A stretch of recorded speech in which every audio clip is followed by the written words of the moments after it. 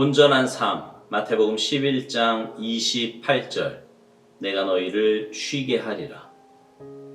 예수 그리스도와 함께하는 당신의 삶을 분열시키는 것이 생길 때마다 당장 주님께 나와 안식을 주실 것을 구하십시오.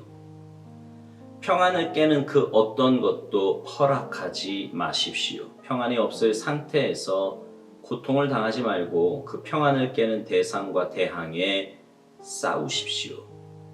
주님, 제 안에 당신만을 의식하게 하소서. 이렇게 기도할 때 자아의식은 사라지고 주님께서 당신의 전부가 되실 것입니다. 자아의식이 계속되는 것을 허락하지 마십시오. 그 이유는 자아의식은 서서히 자기 연민을 발생시키며 자기 연민은 사탄에게 속한 것이기 때문입니다. 글쎄, 그들이 나를 오해한 것이지 그들은 내게 사과해야 해. 그 점은 내가 분명하게 해야 할 것 같아.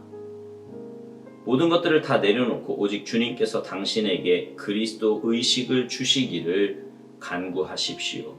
당신의 온전함이 완벽해질 때까지 주께서 당신을 붙드실 것입니다. 온전한 삶은 어린아이 같은 삶입니다. 내가 의식하고 있다는 것을 의식할 정도라면 나는 뭔가 잘못된 것입니다. 건강이 무엇인지를 아는 자들은 병든 자들입니다. 하나님의 자녀는 그 자신이 곧 하나님의 뜻이기 때문에 하나님의 뜻을 의식하지 못합니다. 하나님의 뜻에서 조금이라도 벗어나게 되면 우리는 묻기 시작합니다. 무엇이 당신의 뜻입니까? 하나님의 자녀는 결코 하나님께서 기도에 응답하신다는 것을 의식하기 위해 기도하지 않습니다. 그는 하나님께서 언제나 기도에 응답하신다는 것을 평안한 마음 가운데 확신하기 때문입니다. 만일 우리가 어떤 상식적인 방법으로 자아의식을 극복하려 한다면 우리는 오히려 놀라울 정도로 자아의식을 개발하게 될 것입니다. 예수님께서는 내게로 오라 내가 너희를 쉬게 하리라고 말씀하셨습니다. 곧 그리스도 의식이 자아의식의 자리를 차지해야 합니다. 예수님께서 찾아오시는 곳마다 주님께서는 완성된 사역의 안식, 곧 더 이상 신경 쓸 것 없는 안식을 허락하십니다.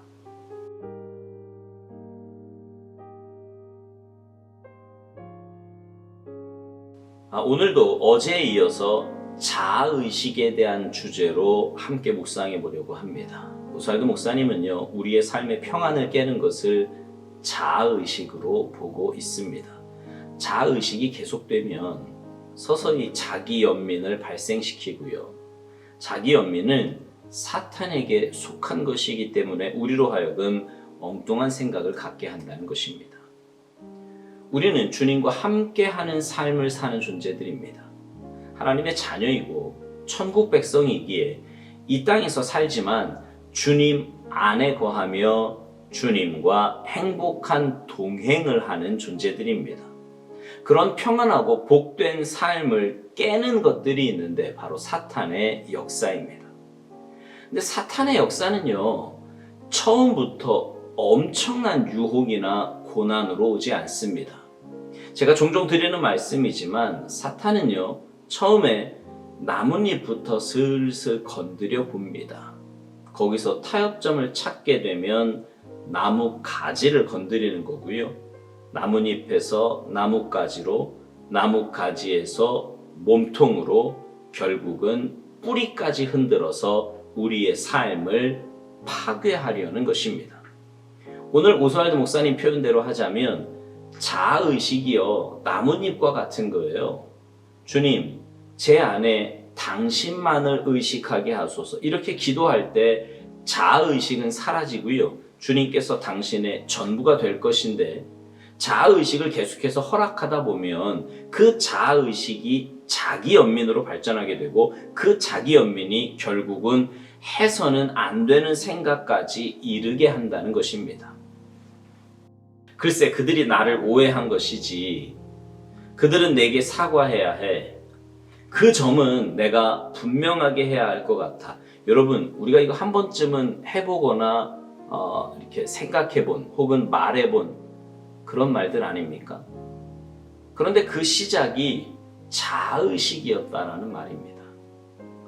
우리가 해야 할 일은 모든 것들을 다 내려놓고 오직 주님께서 우리에게 그리스도 의식을 주시기를 간구해야 한다고 오스왈드 목사님은 말합니다. 그러면 우리의 온전함이 완벽해질 때까지 주님께서 우리를 붙드실 거라고요. 그렇습니다. 우리가 해야 할 일은 엉뚱한 것을 붙잡고 고민하는 것이 아니라 하나님께 기도해야 하는 것입니다. 제가 묵상은 말씀만 하고 상황이나 일어났던 일들은 묵상하지 말라고 했던 말 기억하십니까? 고민이나 생각보다는 기도하라는 말도요. 우리가 할 일이 그거예요. 묵상은요, 하나님의 말씀만 하는 겁니다. 인간적인 생각보다는 기도가 앞서야 되고요. 그럴 때 우리의 마음에는 하나님께로부터 오는 참된 평안함이 우리 가운데 풍성하게 임하게 될 것입니다. 오스왈드 목사님은 온전한 삶이란 어린아이 같은 삶이라고 말합니다. 어린아이들은 생각을 그렇게 많이 하지 않습니다. 그냥 본능에 충실하고요. 몸이 반응하는 대로 행할 뿐이에요. 영적으로도 그렇습니다. 주님 안에서 주님의 자녀로 살아간다는 것은 내 생각과 이론을 가지고 이것저것 고민하며 사는 것이 아니라 늘 내 몸에 배어있는 말씀과 기도 가운데 형성된 그 주님의 마음을 가지고 살아가는 것입니다. 오스왈드 목사님이 이것을 이렇게 비유해서 말합니다. 건강이 무엇인지를 아는 자들은 병든 자들이라고요. 무슨 말이냐 하면 여러분 이렇게 숨 쉬는 거 느껴지십니까? 그거 느껴지면 병든 거예요. 내 몸이 어딘가 불편하면 그 내 몸이 어디 있다라는 게 의식이 됩니다. 그러나 건강한 사람은요, 이거 숨 쉬는 거 전혀 못 느낍니다.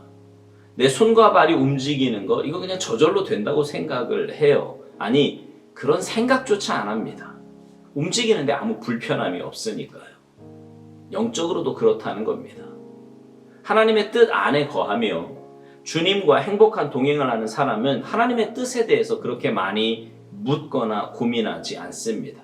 내 삶이 주님 안에 거하고 있고 그런 삶은 분명 주님 뜻 안에 거하는 삶이기 때문입니다. 오스왈드 목사님은요, 묵상 마지막 부분에서 이렇게 말합니다. 만일 우리가 어떤 상식적인 방법으로 자아의식을 극복하려고 한다면 우리는 오히려 놀라울 정도로 자아의식을 개발하게 될 거라고요. 그러니까 내 인간적인 방법으로 혹은 인간적인 생각으로 신앙생활을 하려고 해서는 안 된다는 말입니다.